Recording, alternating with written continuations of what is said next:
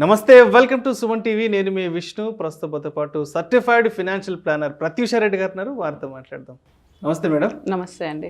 ప్రత్యూష్ గారు, తల్లిదండ్రులు చిన్నపిల్లలకు మరి ఎటువంటి ఫైనాన్షియల్ డిసిప్లైన్ని నేర్పించాలంటారు? అసలు ఏ వయసు నుంచి పిల్లలు కూడా ఇన్వెస్ట్మెంట్స్ కానీ సేవింగ్స్ కానీ చేయడం స్టార్ట్ చేయాలంటారు?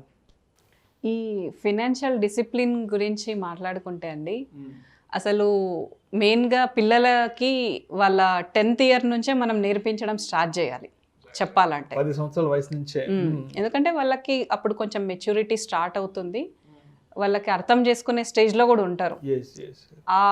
ఎందుకంటే ఇప్పుడు 5 years నుంచి 10 years వయసు వరకు చూసుకుంటే పిగ్గీ బ్యాంక్స్ ఎలాగో ఇస్తున్నారు ప్రతి ఒక్క పిల్లలకి తల్లిదండ్రులు. దీంట్లో వేసుకోండి, జమ చేసుకోండి డబ్బులు అని చెప్తున్నారు.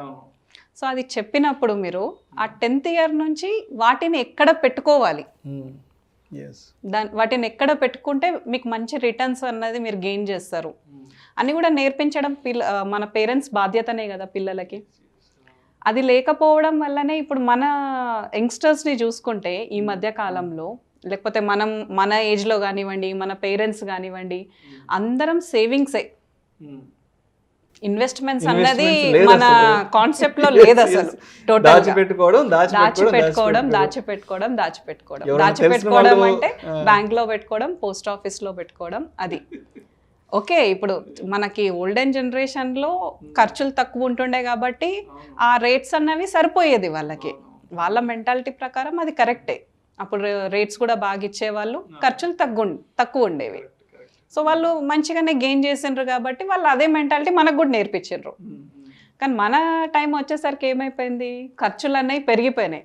టోటల్గా పెరిగిపోయేసరికి మనము సేవింగ్స్ చేస్తే ఖర్చుల్ని బీట్ చేయలేకపోతున్నాం, ఇన్ఫ్లేషన్ని బీట్ చేయలేకపోతున్నాం. సో మన జనరేషనే ఇలా ఉంటే ఇంకా ఫ్యూచర్ జనరేషన్ ఎలా ఉంటుంది, ఇంకెంత ఖర్చులు పెరుగుతాయి ఆలోచించుకోవచ్చు కదా మనం. సో దానికోసం అట్లీస్ట్ నెక్స్ట్ జనరేషన్ అన్న ఇన్వెస్ట్మెంట్స్లో మంచి నాలెడ్జ్తోని అంటే ఫినాన్షియల్గా వాళ్ళు నష్టపోకుండా మంచి స్మార్ట్ డిసిషన్స్ ఎలా తీసుకోవాలి అన్నది వాళ్ళు నేర్చుకోవాలి అంటే వాళ్ళకి చిన్నప్పటి నుంచే నేర్పించినాం అనుకోండి, వాళ్ళకి ఈజీ అయిపోతుంది. ఇప్పుడు ఒక యంగ్స్టర్ జాబ్ వచ్చింది, 25,000 శాలరీ, 40,000 శాలరీ అని అనుకుందాం. అది రాగానే వాడికి అర్థం కాదు ఏం చేయాలి నా డబ్బుతోని. 25,000 వస్తున్నాయి నెలకి, కానీ ఆ డబ్బుని ఏం చేయాలి? కొంచెం తెలివి పరులు అయితే పర్లేదు, నేను ఈఎంఐకి వెళ్ళొచ్చు. ఇప్పుడు జీరో ఇన్వెస్ట్మెంట్తో కూడా ఈఎంఐస్ ఇచ్చేవి ఉన్నాయి, జీరో డౌన్ పేమెంట్తో కూడా.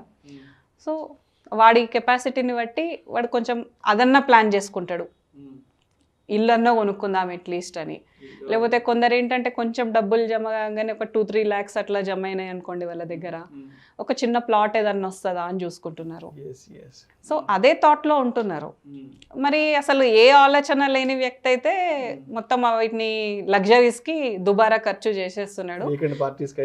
వీకెండ్ పార్టీస్కి అయిపోతాయి, కార్ కొనుక్కుంటారు, బైక్ కొనుక్కుంటారు ఈఎంఐస్లో, గ్యాడ్జెట్స్ అంతే.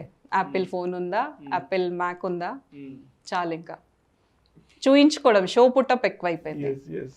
సో దానివల్ల ఏంటి, వాళ్ళ ఒక ఫ్యామిలీ లైఫ్కి వచ్చేసరికి వాళ్ళ దగ్గర ఏ సేవింగ్స్ ఉండట్లేదు, ఏ ఇన్వెస్ట్మెంట్స్ ఉండట్లేదు. అప్పుడు వాళ్ళు స్ట్రగుల్ స్టార్ట్ చేస్తున్నారు సేవింగ్స్ అండ్ ఇన్వెస్ట్మెంట్స్కి. అదే ఇప్పుడు మీ పిల్లలకు నేర్పించిండ్రు అనుకోండి చిన్నప్పటి నుండే, వాళ్ళు ఏంటి వాళ్ళ దగ్గర నేర్చుకోవడానికి 10 years నుంచి స్టార్ట్ చేస్తే ఒక 15 years టైం ఉంటుంది వాళ్ళ దగ్గర. వాళ్ళు ఏమన్నా తప్పులు చేసినా ఏమన్నా నేర్చుకోవడానికి టైం ఉంటుంది వాళ్ళ దగ్గర. సో అదేంటి మీరు నేర్చుకుంటూ వాళ్ళకి నేర్పించే ఛాన్స్ ఉంటుంది అప్పుడు. అలా చేయడం వల్ల ఏమవుతుందంటే వాళ్ళు స్మార్ట్ డిసిషన్స్ తీసుకుంటారు, ఫినాన్షియల్గా లాస్ అవ్వరు వాళ్ళ ఫ్యూచర్లో. అండ్ ఇప్పుడు మనకి మైనర్స్కి కూడా అన్ని అకౌంట్స్ ఓపెన్ చేయొచ్చు. అకౌంట్స్ ఓపెన్ చేసే ఫెసిలిటీ ఉంది, చాలామందికి తెలియదు అది. మైనర్స్కి మ్యూచువల్ ఫండ్స్ ఓపెన్ చేయొచ్చు, మైనర్స్కి డిమాట్ అకౌంట్స్ ఓపెన్ చేయొచ్చు, అన్నీ ఓపెన్ చేయొచ్చు. సో వాళ్ళకి ఎందుకు ఓపెన్ చేయాలి, మనమే ఇన్వెస్ట్మెంట్ చేసుకుంటూ వాళ్ళకి నేర్పించచ్చు కదా అన్న ఆలోచన వస్తుంది. సో వాళ్ళకి ఎందుకు ఓపెన్ చేయాలి అని అంటే, వాళ్ళ అకౌంట్ ఓపెన్ చేస్తే ఆ డబ్బుల్ని మనం టచ్ చేయం, మనకి ఎంత అవసరం వచ్చినా అది పెద్దవాళ్ళకి పిల్లల డబ్బు కదా, పాపం వాళ్ళు ఏదో ఆశతోని వాళ్ళు జమ చేసుకుంటున్నారు ఆ డబ్బుని, మనం ఎందుకు ముట్టడం మన ఖర్చుల ఫీలింగ్ కోసం. ఉంటుంది. ఒక ఎమోషనల్ ఫీలింగ్ ఉంటుంది దాంతో. లేకపోతే అది మీ పేరు మీద ఉన్నది అనుకోండి, మీకు ఏదైనా అవసరం వచ్చిందంటే ఓకే మ్యూచువల్ ఫండ్స్ కదా, లిక్విడిటీ ఎక్కువ ఉంది తీసేద్దాము, ఈ మళ్ళీ స్టార్ట్ చేసుకుందాం లేండి మ్యూచువల్ ఫండ్స్లో అన్న థాట్ ఉంటుంది. సో మీ పిల్లలకు నేర్పించేటప్పుడు వాళ్ళ పేరుపైనే అకౌంట్ ఓపెన్ చేసి ఇన్వెస్ట్మెంట్స్ వాళ్ళ పేరుపైనే చేస్తే వాళ్ళకి నాలెడ్జ్ వస్తుంది. ప్లస్ మనం చిన్న అమౌంట్తో చేస్తాం. అప్పుడు ఒక 100 రూపీస్ ఇండెక్స్ ఫండ్స్ అనుకోండి, 500 రూపీస్ కానివ్వండి, అలాంటి చిన్న అమౌంట్స్తో చేసినప్పుడు దాంట్లో వాళ్ళు కోల్పోతే వాళ్ళకి తెలుస్తుంది, అరే ఈ స్కీమ్ చూస్ చేసుకోవడం వల్ల, మనం రాంగ్ స్కీమ్ చూస్ చేసుకోవడం వల్ల మనం నష్టపోయాము. సో నెక్స్ట్ ఏం చేయాలి. పిల్లలు ఇప్పుడు జనరేషన్ చాలా ఫాస్ట్, యూట్యూబ్లో వీడియోస్ చూసుకొని మరీ నేర్చుకుంటారు వాళ్ళు. నెక్స్ట్ మీతోనే డిస్కస్ చేస్తారు వాళ్ళు, అరే నా డాడీ అట్లా కాదు డాడీ, నేను ఇది చూసిన, ఇది కూడా బాగుంటుందేమో, ఒకసారి ఆలోచించండి. ఆల్మోస్ట్ పిల్లలు ఇప్పుడు పెద్దలు చెప్పేస్తున్నారు. సో అలాంటి థాట్ కూడా వాళ్ళకి క్రియేట్ అవుతుంది, వాళ్ళు చూడడం స్టార్ట్ చేస్తారు, వాళ్ళకి కూడా ఇంట్రెస్ట్ వస్తుంది డబ్బు పైన.